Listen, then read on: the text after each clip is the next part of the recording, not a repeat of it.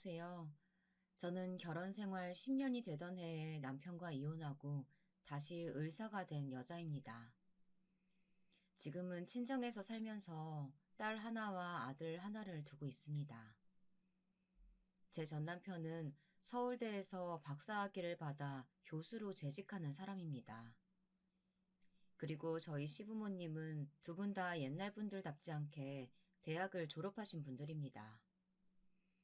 그래서 제가 남편과 결혼할 때 엄청 반대를 많이 하셨어요. 남편과 시부모님께 제가 의대를 나왔고 의사 생활을 했었다는 사실을 비밀로 해야 하는 사정이 있었거든요.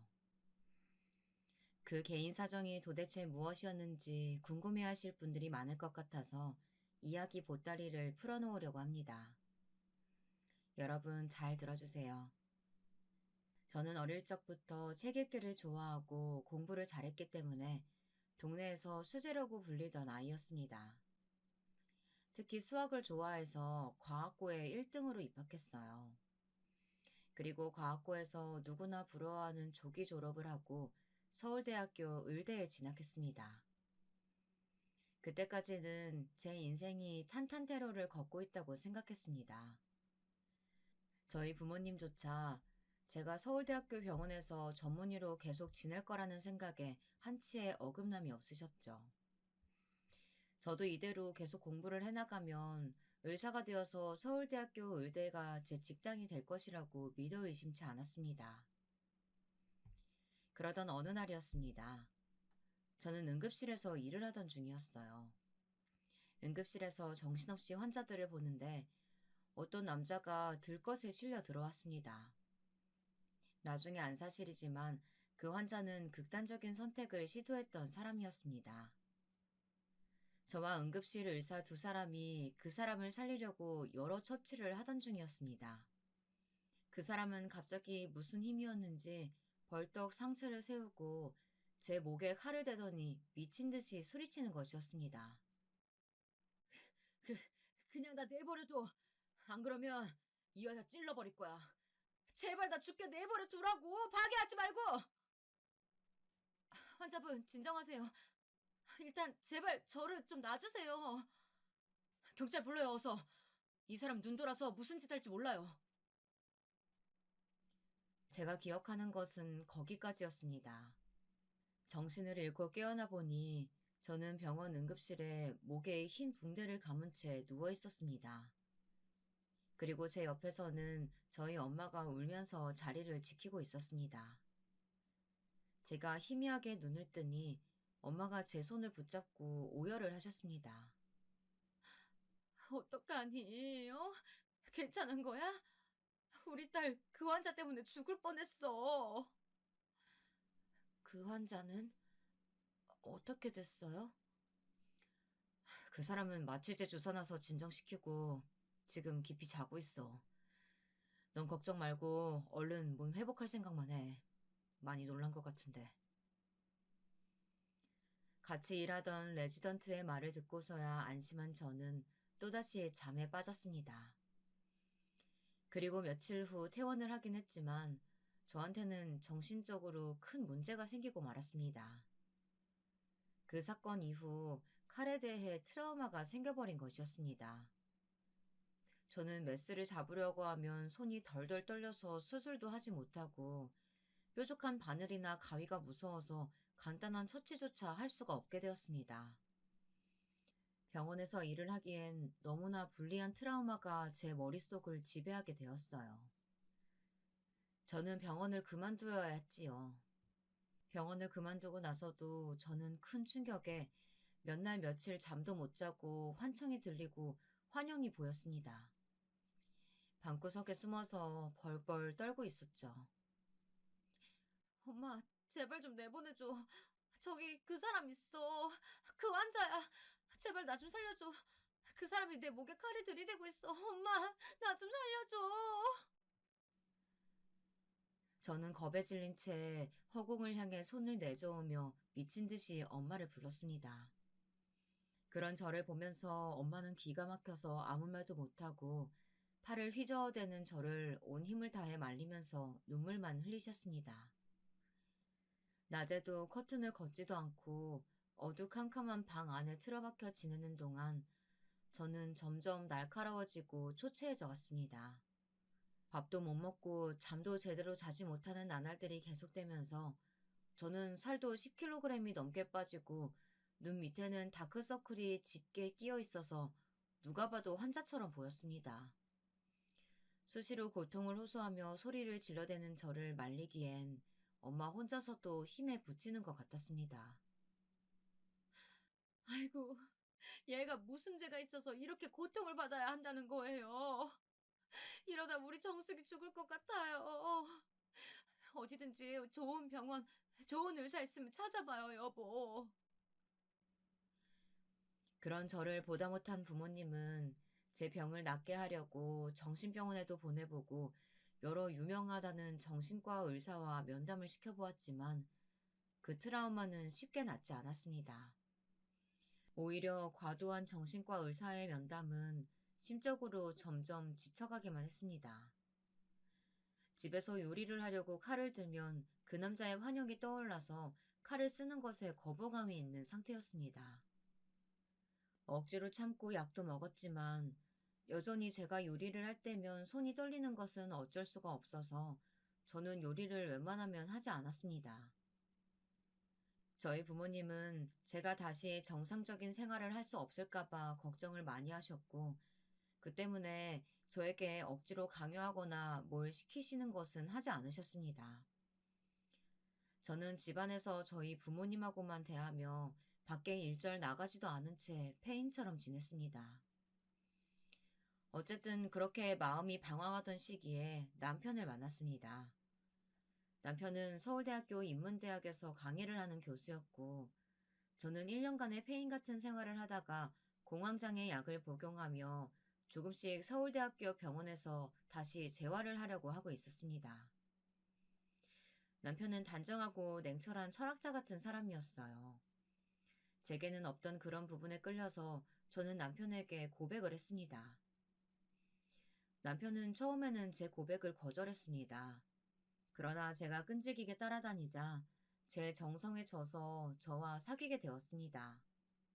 남편과 사귀고 1년이 되지 않은 어느 날 남편은 저와 여행을 가고 싶어 했고 저는 기쁜 마음으로 따라 나섰습니다. 그곳에서 남편은 1박을 하자면서 저한테 술을 먹였고 그날에 저는 남편의 아이를 임신하게 되었습니다. 저는 임신 사실을 알게 된 후 며칠을 끙끙 앓으며 고민하다가 하는 수 없이 남편에게 그 사실을 털어놓게 되었습니다. 선생님, 저 임신한 것 같아요. 어떻게 하죠? 남편은 제 고백에 놀란 것 같았지만 조금 후 침착함을 되찾고 저를 위로했습니다. 걱정하지 마. 내가 우리 부모님께 이야기할게. 그러면 우리 결혼할 수 있을 거야. 너는 걱정하지 말고 기다려줘. 부모님도 크게 반대하시진 않을 거야. 그러나 남편의 생각은 너무 안일했던 거였습니다. 남편의 소개로 시부모님을 처음 만난 날, 저는 그분들의 냉담함에 몸이 떨리고 트라우마가 다시 고개를 드는 것 같았습니다. 저는 시부모님이 최종 학력을 물어보셨을 때 정신병원 입원과 의사였던 시절의 트라우마를 말하고 싶지 않아서 고등학교만 졸업했다고 이야기했습니다. 그랬더니 시댁 식구들은 제가 임신을 핑계로 남편에게 들러붙어 억지로 결혼하려고 한다고 하시면서 저와 남편의 결혼을 극구 반대하셨습니다. 게다가 시어머니는 제 뱃속 아이가 정말 아들의 아이인 것은 맞느냐면서 저에게 모욕과 수모를 주는 말도 서슴지 않으셨습니다. 그러나 남편은 어떻게든 저와 뱃속의 아이를 책임지겠다고 하며 시부모님을 설득했습니다. 그때는 남편이 제 인생을 구원한 사람처럼 멋져 보이고 든든한 사람으로 보였습니다. 정말이지 제가 눈이 어떻게 되었나 봐요. 남편은 시부모님의 극한 반대에도 제 편에 서서 저와 결혼을 강하게 밀어붙였습니다. 저는 이 사람도 제 아이도 책임지는 사람이 되어야 한다고 생각합니다. 어머님, 아버님이 왜 반대하시는지는 알고 있습니다. 하지만 이 사람도 대학은 졸업 못했을 뿐이지 머리는 좋은 사람이에요. 그러니까 너무 반대만 하시지 마시고 다시 생각해 주세요. 그러니까 뭐 때문에 대학을 졸업 못했느냔 말이야. 그냥 계속 학교 다녔으면 졸업을 하던지 애 낳고 다시 학교 다니면 되지 않느냐고. 아니면 당장 결혼하지 말고 대학 졸업하고 나면 결혼하는 게 어떠니? 아니, 며느리라는 애가 배불러서 학교 다니면 교수인 우리 아들 입장이 뭐가 돼요? 당신도 참. 그러니까 빨리 내가 선보라고 할 때 선을 봤어야지. 너는 엄마 말 안 들어서 이게 무슨 꼴이니? 어디서 근본도 모르는 애를 데리고 와가지고 결혼을 하겠다고. 아이고, 머리야. 내 평생 네가 속 안 썩일 줄 알았더니 이제 와서 이 엄마 뒤통수를 때리는구나. 그것도 아주 세게 치는구나. 저를 사이에 두고 시댁 식구들은 제가 마치 투명인간인 것처럼 제 앞에서 제 흉을 보았고, 저를 만난 것이 남편 경력에 다시 없는 흠이라도 됐냐 걱정을 하셨습니다.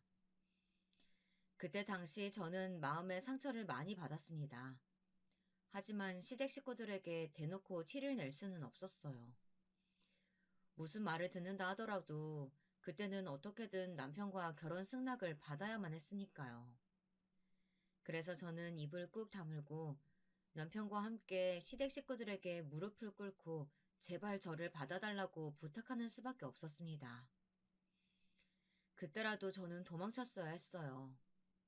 하지만 앞으로 일어날 일들을 알지도 못한 채 저는 그 수모를 당하고도 남편이랑 결혼만 할 수 있다면 참아야 한다고 생각했습니다. 그만큼 남편은 제 인생을 좌지우지할 만큼 영향력이 있었으니까요. 저는 이 사람에게 버림받는다면 죽어버려야겠다고 극단적인 생각까지 했습니다. 그만큼 그때는 남편을 사랑한다고 믿었습니다. 하는 수 없이 시부모님은 아들에게 져서 저와 결혼하는 것을 승낙하셨습니다. 하지만 저를 마음으로 받아들인 것은 절대 아니었습니다. 결혼 후에 시부모님은 저에게 대학을 나오지 않았다는 문제만으로 10년을 괴롭히며 무시해왔고, 남편을 비롯한 시댁 식구들에게 집단으로 따돌림을 당해왔으니까요. 저는 그때마다 억울해서 제가 의대를 다닌 사실을 말하고 싶었지만, 그랬다면 제 정신병원 입원 병력까지 이야기하는 것이 너무 수치스럽게 생각되어서 쉽게 말을 꺼낼 수가 없었습니다. 임신 초기에 티가 나지 않을 때 결혼식을 하자면서 남편은 신혼여행도 가지 못하게 하고 결혼 후에는 저를 강제로 시댁에 같이 살게 했습니다. 저희 부모님은 저의 고집으로 남편과의 결혼은 허락했지만 제가 많이 걱정되어서 아기를 낳기 전까지만이라도 친정에서 지내기를 바라셨습니다. 그렇지만 저는 부모님의 호의도 거절했습니다. 그때는 어떻게든 시부모님의 눈에 들어서 편하게 결혼 생활을 하고 싶었던 욕심도 어느 정도 있었기 때문입니다. 지금 생각해보면 다 부질없는 짓이었어요. 시부모님은 저라는 존재 자체를 처음부터 마음에 안 들어 하셨던 분들이시니까요. 처음부터 제게 저기를 가지고 계셨던 두 분의 마음은 결코 변화하지 않았습니다. 제가 그 사실을 깨닫는 데에는 그리 오랜 시간이 흐르지 않았습니다. 임신을 하고 10달이 채 못 되어서 저는 갑자기 진통을 느끼고 응급수술로 출산을 하게 되었습니다. 출산을 하고 병원에 누워있는데 시부모님은 저의 병실에는 오시지도 않고 남편과 아기만 보고 가셨다고 하더라고요. 나중에 남편에게 그 말을 전해 듣는데 서러움에 눈물이 그치지 않더라고요. 그 후 저는 퇴원을 하고 얼마 안 되어 산후 우울증이 생겼습니다. 모든 일에 짜증이 나고 잠도 잘 자지 못했죠.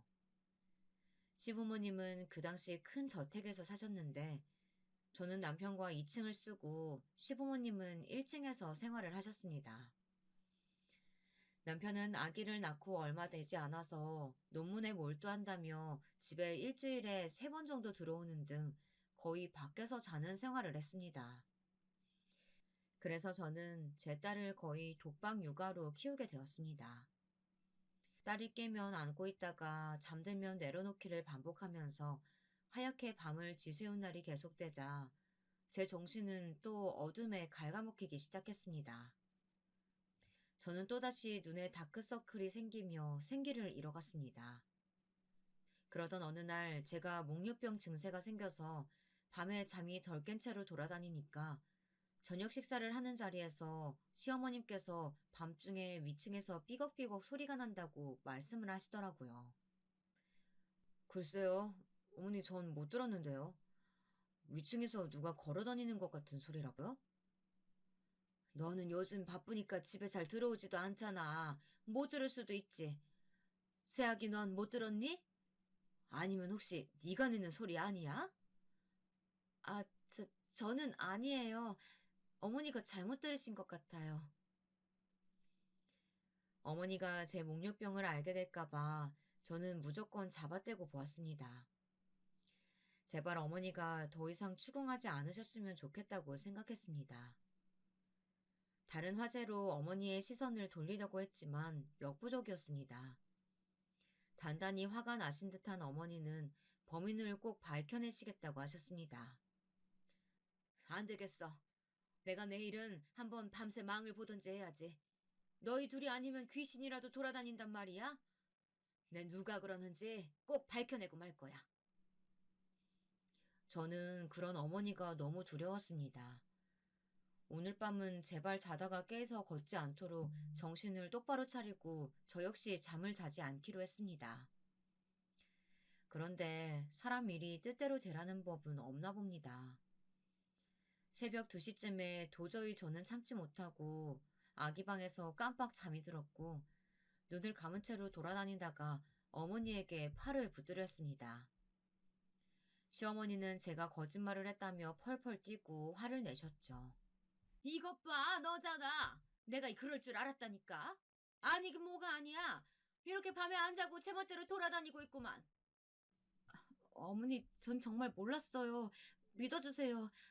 저도 모르게 피곤해서 목류병이라도 생겼나 봐요. 어머니가 저를 곁눈으로 흘겨보자 저는 마룻바닥에 무릎을 꿇고 앉아서 두 손을 모아 어머니께 싹싹 빌면서 눈물을 흘렸습니다. 그러면서 남편의 도움을 바라는 눈으로 쳐다봤습니다. 한순간 남편의 눈에는 경멸의 빛이 스쳐 지나갔지만 남편은 곧 표정을 바꾸고 아무렇지 않게 제 편을 들어주었습니다. 이 사람이 요즘 저랑 따로 애기 방에서 주로 자서 저도 몰랐네요. 애가 계속 자다 깨다 해서 이 사람이 좀 힘이 들었나 봐요. 신생아 키우는 게 보통 일은 아니잖아요. 그러니까 어머니가 이해 좀 해주세요. 안 된다.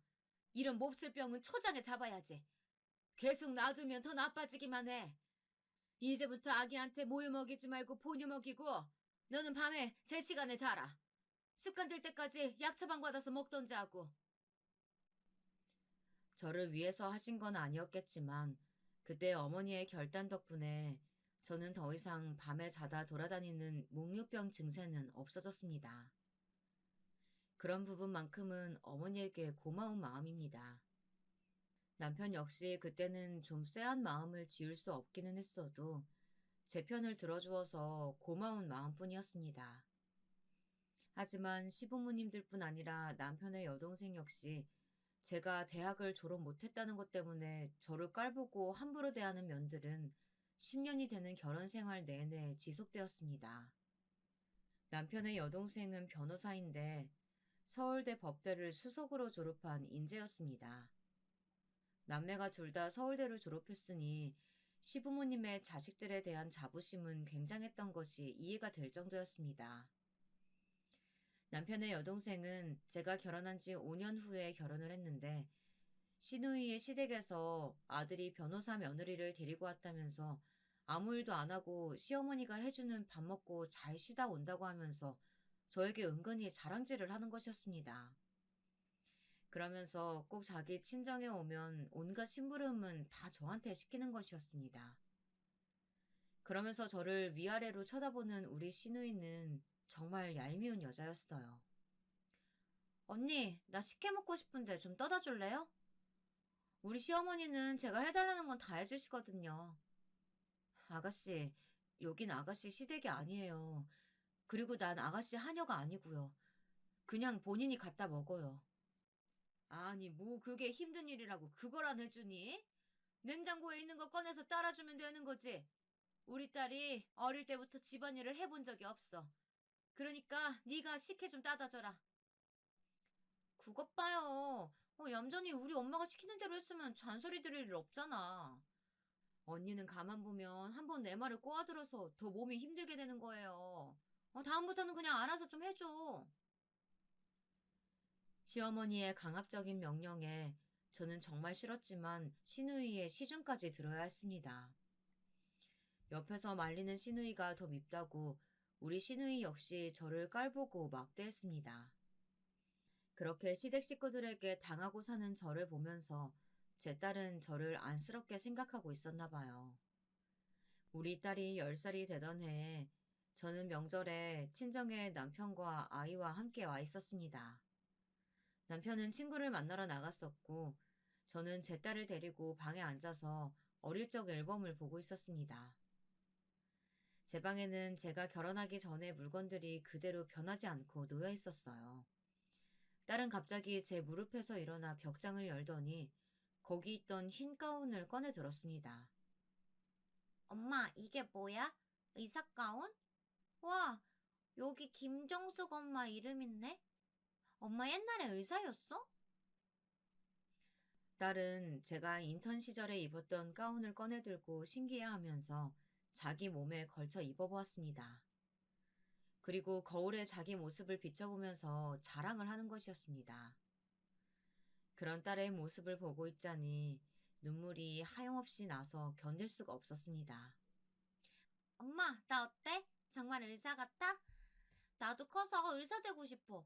엄마처럼 아픈 사람들 낫게 해주는 의사 되면 엄마가 날 더 자랑스러워할 것 같아. 그래, 우리 딸 의사 가운 너무 잘 어울리네. 엄마가 못다한 꿈 이루어주면 엄마는 우리 가영이한테 너무 고마울 것 같아.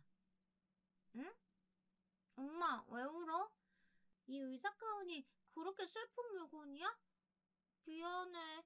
내가 괜히 꺼내서 엄마 슬픈 생각나서 그런가 보다. 다시 넣어놓자. 어? 미안. 제가 우는 것을 보더니 딸이 당황해서 가운을 도로 있던 곳에 넣어버렸습니다. 그리고는 제 어깨를 안아 위로를 해주는 것이었습니다. 저는 딸의 작은 몸을 안고 얼른 눈물을 닦고 말했습니다. 여기 엄마 의사 가운 있는 건 너랑 나만의 비밀로 하자. 알겠지? 친할아버지나 할머니한테 말하지 마. 알았지? 제가 그런 말을 하는 것이 이해가 안 되었는지 딸은 의아한 얼굴로 말했습니다.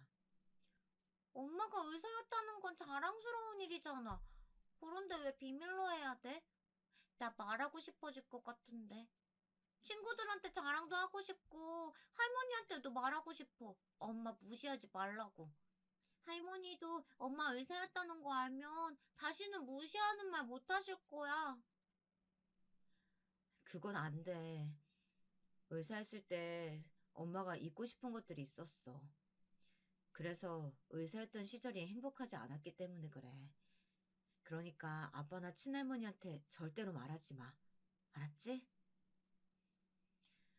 딸은 그제야 고개를 끄덕였습니다.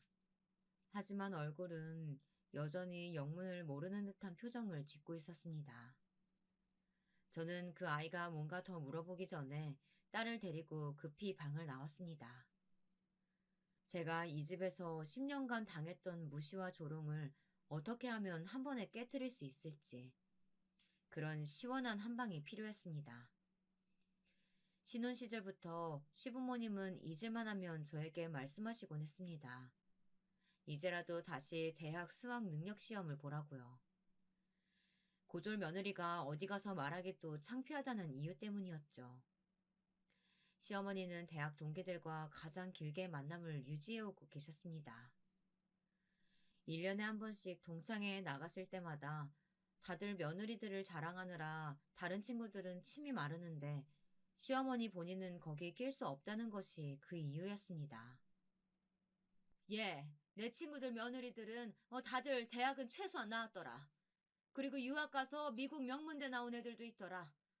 그런데 그런 얘기 할 때마다 내가 창피해서 살 수가 없어. 그러니까 집에서 공부라도 해서 수능 봐라 얘. 뒷바라지 해줄 테니까. 어머니, 이제 와서 무슨 공부를 해요. 저 이제 공부에 미련 같은 거 없어요. 그냥 우리 딸 아들 잘 키우고 남편 뒷바라지만 잘하면 되지 않을까요? 아니야. 그래도 졸업장은 하나 있어야지. 아무리 고등학교가 명문이면 뭐해. 그래도 대학 졸업장이 진짜지. 어디 가서 최종학력 고졸이라고 하면 다들 얼마나 널 무시하겠어? 그리고 네 남편하고 딸한테도 떳떳하게 살아야지. 안 그러니? 네 딸 가영이도 이제 다 컸는데 엄마가 고졸이라고 얘기 들어봐라. 나중에 엄마는 왜 대학 졸업도 못했느냐고 물어보지 않겠느냐고. 그리고 생각해보면 우리 아들한테도 민폐지 뭐. 교수 와이프가 고졸 출신이라고 하면 누가 믿겠니?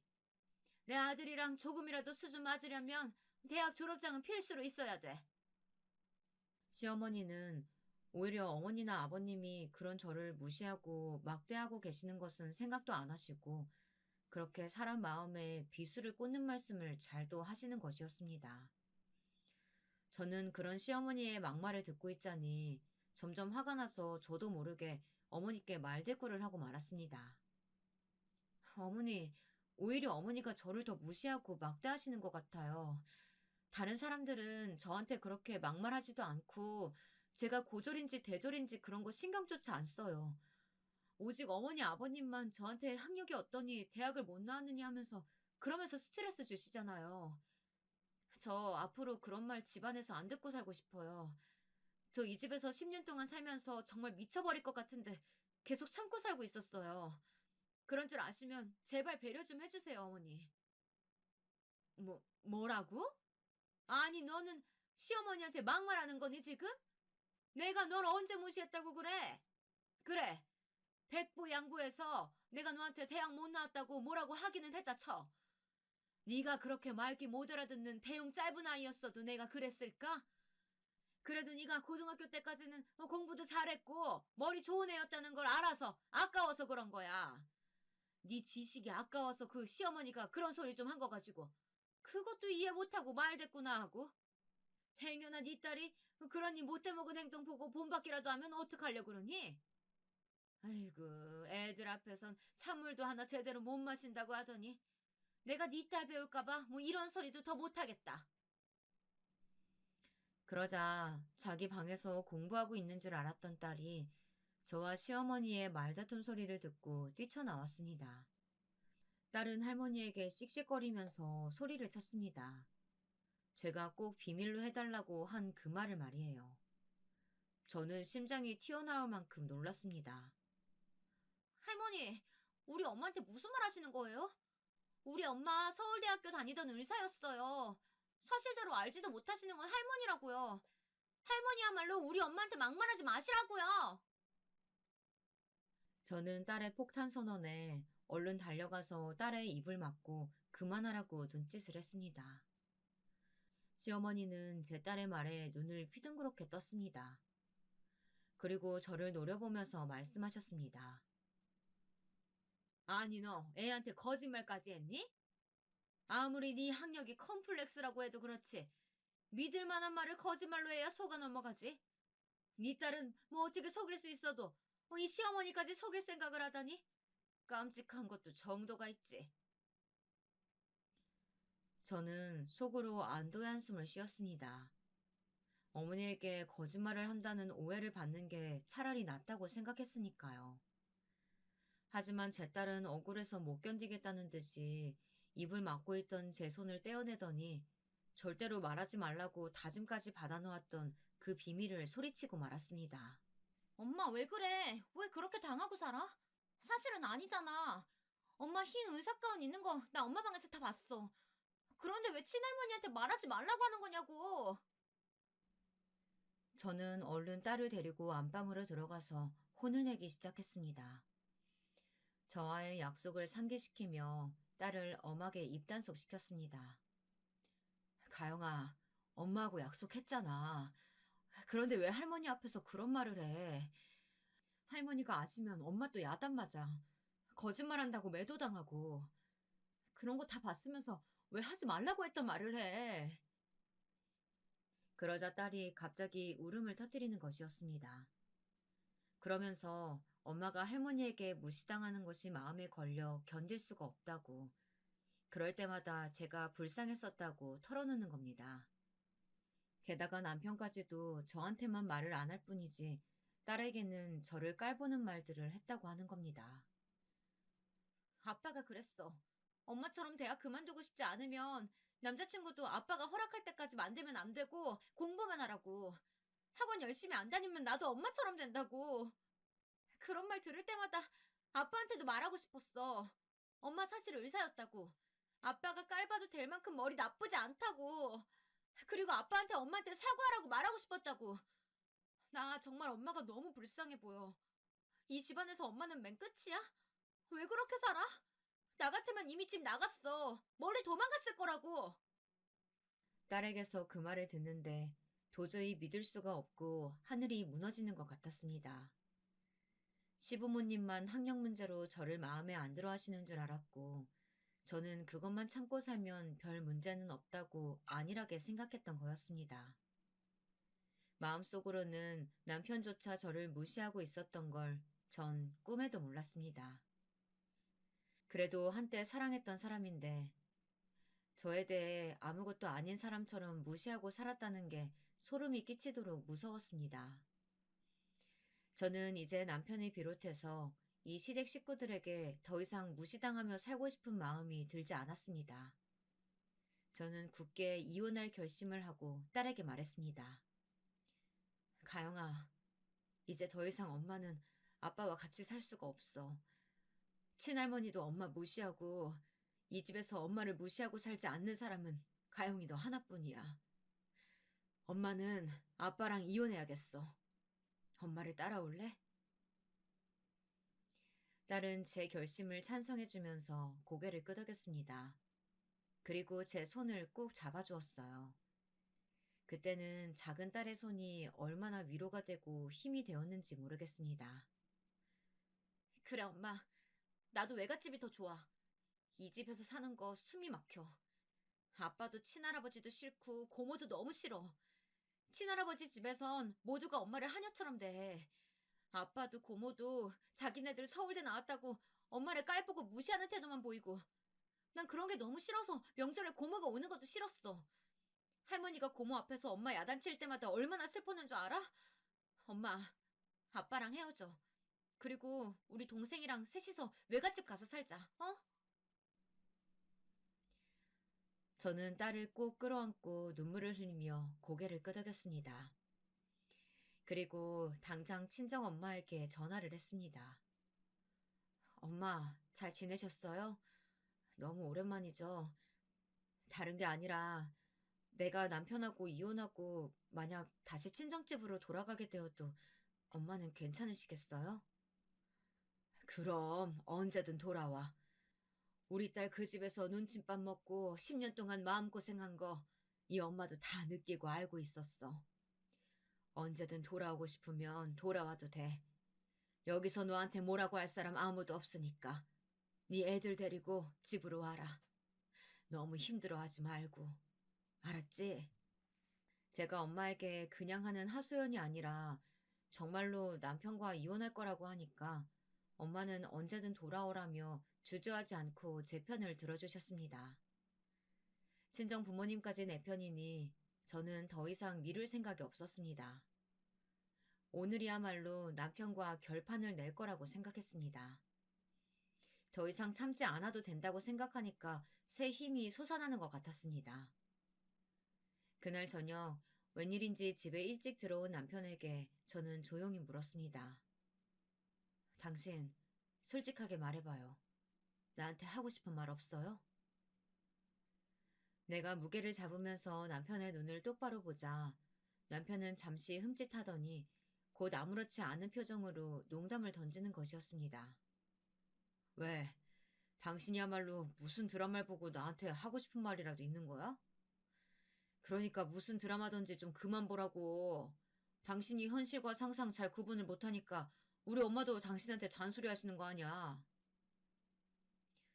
그러나 제 눈빛이 점점 무서워지자 남편은 한 발 뒤로 물러섰습니다. 그 팀에 저는 남편에게 평소 하고 싶었던 말을 다 시원하게 쏟아냈습니다.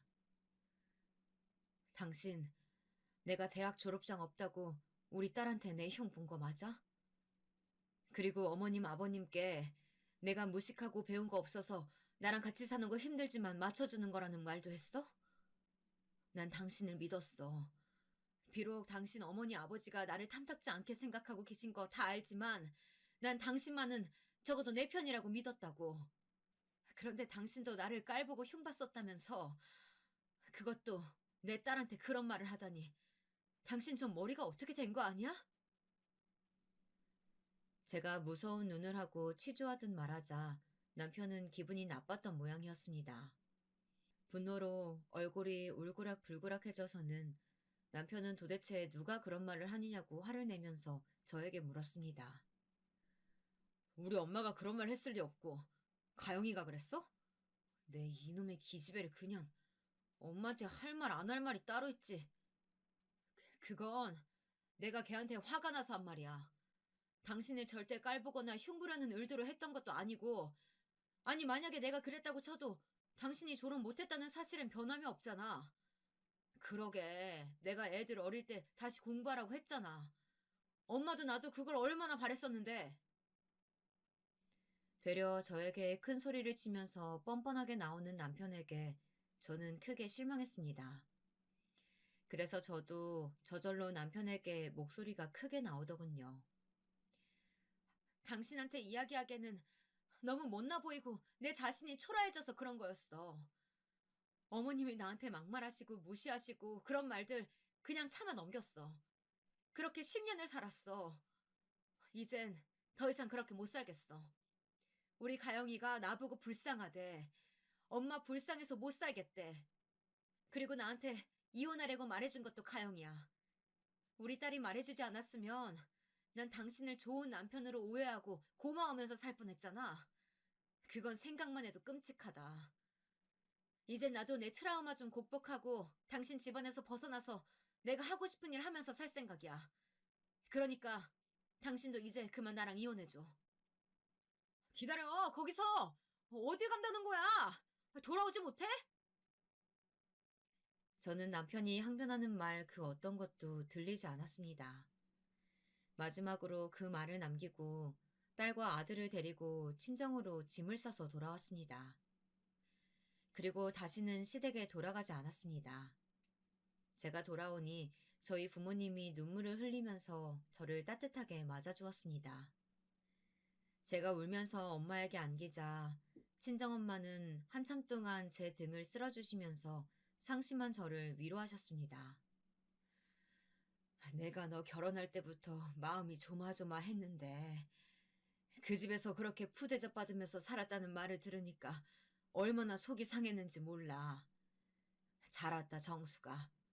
이제는 정말 열심히 공부해서 다시 대학병원 의사로 살자. 엄마가 네 딸이랑 아들 돌봐주고 네 공부 뒷바라지도 해줄게. 알겠지? 그래 정수가 이제까지 많이 참아왔잖아. 너 의대 들어갔을 때 얼마나 이 아빠가 너를 자랑스러워했는지 알고 있지? 비록 그 사건으로 네가 트라우마가 생겨서 대학병원을 그만뒀어야 했지만 아직도 늦지는 않았어. 우리 딸 다시 의사 되자. 어? 저는 어머니 아버지의 다정한 말에 더 이상 말을 잇지 못하고 울기만 했습니다. 어머니 아버지의 이야기를 들으니 그분들도 얼마나 한이 맺혔는지 더 이상 말하지 않아도 알 것 같았습니다. 부모님의 희망을 알고 나니 시간 낭비를 할 틈이 없었습니다. 저는 마음을 굳게 먹고 다시 공부를 시작했습니다. 공백이 있다 보니 공부와 실습이 필요해서 저는 다시 시작하게 되었습니다. 남편과 시댁 식구들의 무시와 따돌림을 생각하면 저절로 이를 악물고 열심히 공부와 실습을 병행하게 되더군요. 제가 다시 소망하던 을사가운을 떳떳하게 입게 되었을 때 우리 가족 모두 수고했다면서 저를 위로하고 칭찬했지만 가장 기뻐한 사람은 제 딸이었어요. 엄마, 정말 멋있어. 역시 엄마는 의사가 너무 잘 어울려. 아픈 사람들 고쳐주는 의사가 정말 최고야. 나도 나중에 의대 가서 엄마 따라서 의사 될 거야. 딸은 흰 가운을 입은 제 모습에 엄지를 쳐들면서 웃어주었습니다. 드디어 제 인생에서 무시가 아닌 인정을 받는 것 같아서 저는 너무나 행복했습니다. 그리고 제 부모님들도 저를 자랑스러워 하시고 의사로서 복귀한 것을 축하해 주셨습니다. 이제 남편과의 이혼이 남은 숙제였습니다. 그동안 남편과 이혼을 하겠다는 생각이 제 딸과 아들 때문에 마음이 흔들리기도 했지만 의사로서 경제력도 갖추고 딸도 제 이혼에 반대하지 않는 입장이라서 저는 용기를 낼 수 있었습니다. 남편은 이혼은 절대 안 해주겠다는 입장을 고수했지만 제게는 남편의 약점을 쥐고 있다는 점에서 유리했습니다. 요즘 들어 하는 드라마 닥터 차정숙 속에 나오는 주인공이 저와 비슷한 경우를 겪고 있는 것을 보고 저도 모르게 주먹이 꽉 쥐어지더라고요. 시댁에서 여주인공을 하녀처럼 부려먹고 다른 사람들은 다 버는 대로 쓰는데 여주인공은 혼자서 이리 뛰고 저리 뛰고 알뜰하게 절약하고 사는 것을 보고 있자니 예전의 제 모습과 너무나 겹치더라고요. 저희 시댁 식구들은 제가 다시 의사 생활을 시작한 초기에 한번 저희 집에 찾아온 적이 있습니다. 드라마 닥터 차정숙을 보고 저는 옛 기억이 생각나서 친정에서 의사 가운을 꺼내 입었던 그날 우리 시어머니가 쳐들어오셨던 것입니다. 그런 제 모습을 보시고 놀라서 뒤로 낮아빠지던 시어머니의 얼굴이 아직도 눈에 선합니다. 그날만큼 통쾌했던 날이 제 인생에 없었던 것 같아요. 네가 지금 진짜 의대에 다녔었다는 거니? 그런데 그 이야기는 왜 안 하고 살았어? 진작에 말을 했어야지. 제가 어머님께 그런 말을 한들 뭐가 달라졌을 것 같아요? 학벌 지상주의에 찌들어 있는 어머님 아버님에게 어필이나 하려고 의대 들어간 것도 아니고요. 이제는 애들도 커서 시간도 많이 생겼고 제 친정어머니 아버지가 원하시니까 다시 의사로 복귀한 겁니다. 그리고 그 사람이랑은 헤어질 거고요. 제 단호한 마지막 말을 듣고 시어머니는 더 흥분해서 제게 삿대질까지 해가면서 소리치셨습니다.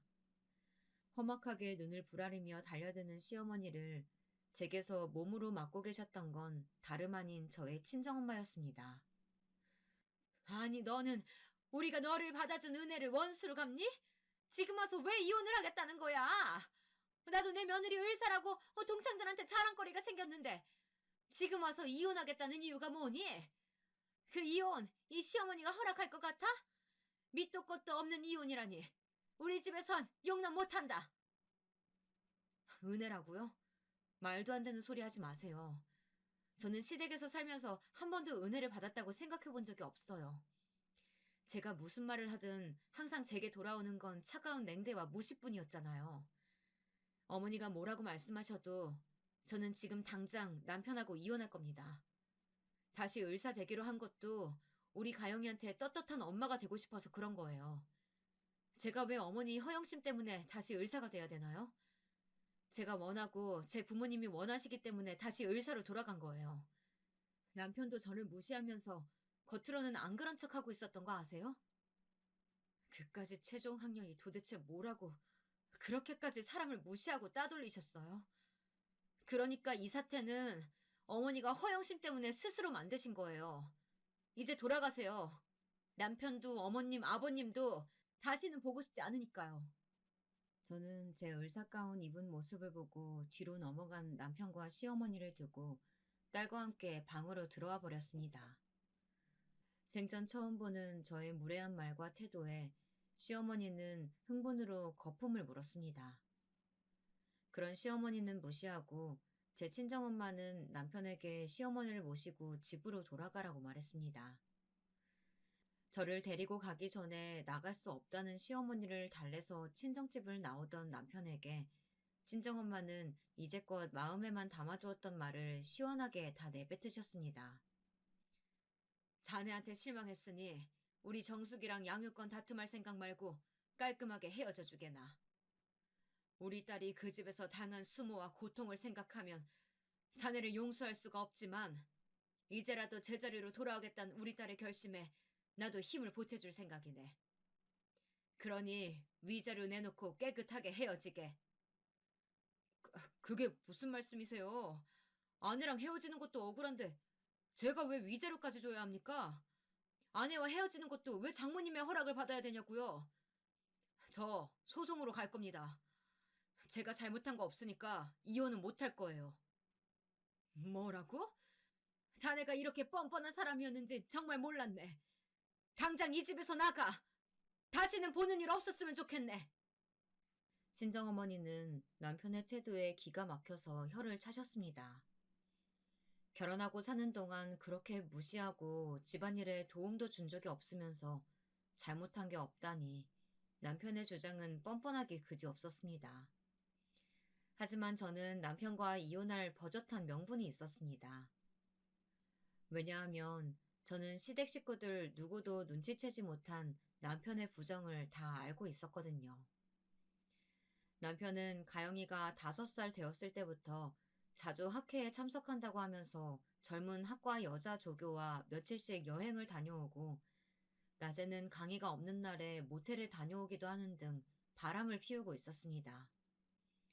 그러면서 그 사실을 제가 꿈에도 모를 거라고 헛된 소망을 품고 있었던 것 같아요. 저는 이제 그 사실을 터뜨릴 기회다 생각을 했고 아이들의 양육권을 위해서 변호사를 고용했습니다. 그리고 제가 사진 찍어 두었던 남편과 그 여자의 통 내용과 전화통화 사실을 모조리 다 이야기했습니다. 남편이 이혼 소송을 생각하기 전에 제가 먼저 소장을 쓸 생각이었습니다. 그러나 그 소식을 어떻게 들었는지 남편이 저를 찾아왔더라고요. 남편은 처음에는 저를 살살 구슬려서 소송을 취하하겠다는 생각이었나 봐요. 그런 발상으로 남편은 뻔뻔하게 거짓말로 저를 회유하려는 거 아니겠습니까? 그 일은 당신이 오해한 거야. 나 딱 한 번, 정말 한 번만 그 애 만났고 더는 잠자리 같은 거 하지도 않았어. 그러니까 소송은 취하해줬으면 좋겠어. 여러분, 생각을 한번 해보세요. 제가 계속되는 남편의 바람을 어떤 마음으로 숨겨주고 있었는지 그 사람은 짐작이나 했겠어요.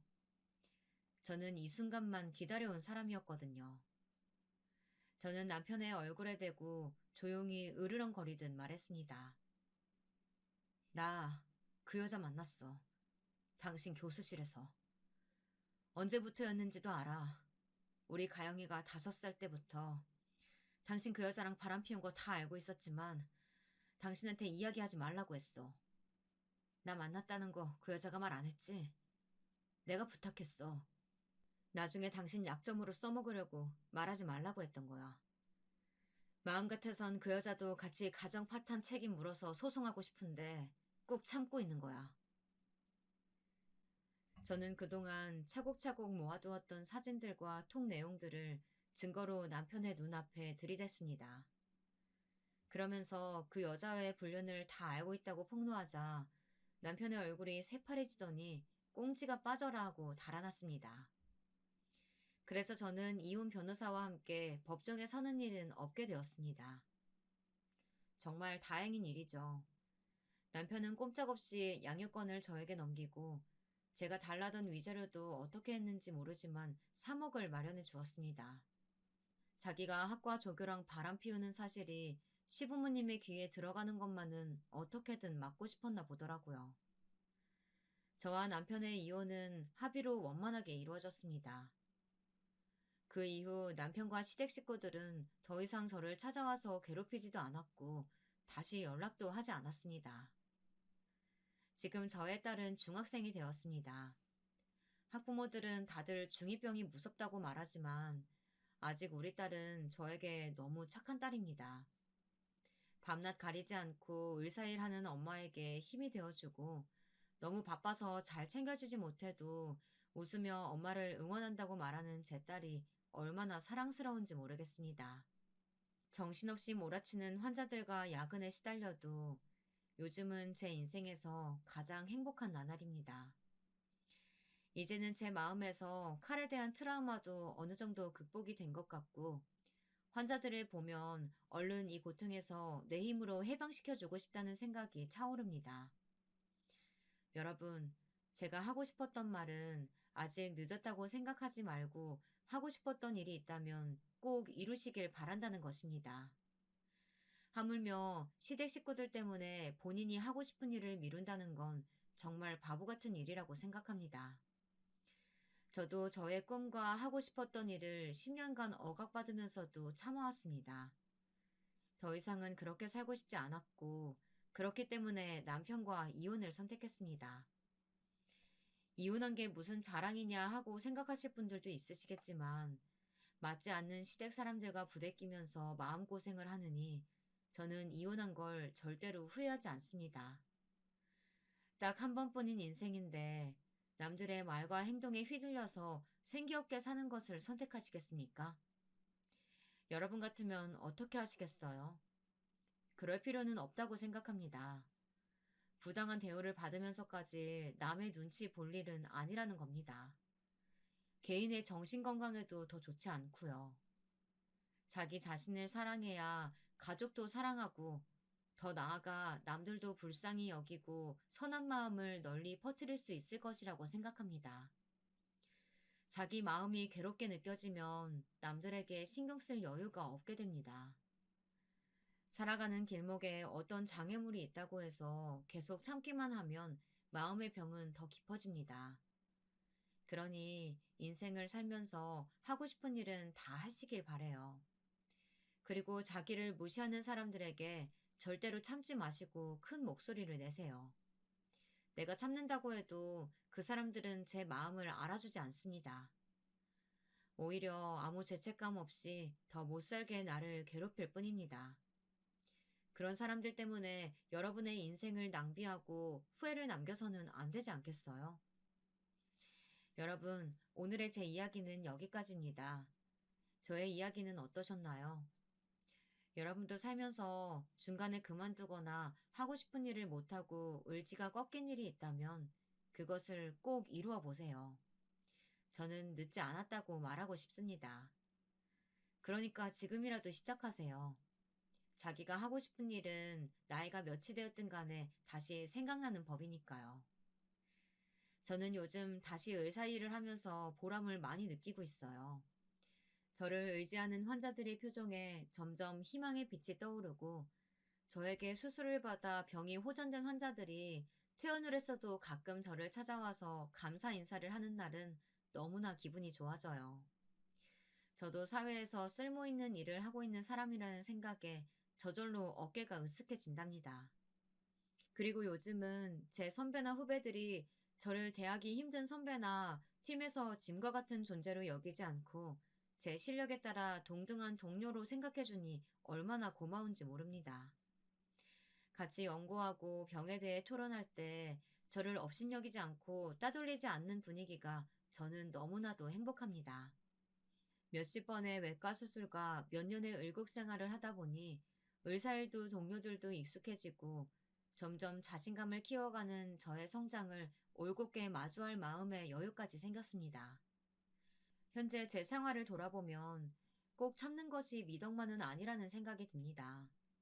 제가 아직도 바보같이 시댁과 남편에게 굴복하면서 살고 있었다면 지금 제가 누리는 행복의 반도 느끼지 못하고 살았을 겁니다. 만약에라도 이제 그런 생각은 하고 싶지도 않아요. 제 부모님들은 이제 저와 남은 생을 함께 할 남자가 나타나기를 은근히 바라고 계신 것 같아요. 하지만 저는 아직까지는 제 딸과 아들만 있으면 충분하다고 생각합니다. 누군가와 정말로 인연이 되어서 재혼하는 것까지 거부하지는 않겠지만 선을 본다든지 억지로 만나는 것은 마음에 내키지 않습니다. 저의 애들이 커서 엄마가 재혼해도 상처받지 않고 웃으면서 허락해줄 수 있는 날까지 저는 기다릴 수 있어요. 제 긴 글 읽어주셔서 감사합니다. 청취자 여러분, 건강하고 행복하세요.